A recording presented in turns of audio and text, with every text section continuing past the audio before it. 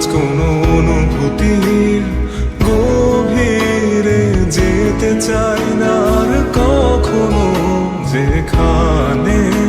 নিঃশব্দ কান্নায় স্বরচিত হয় একান্ত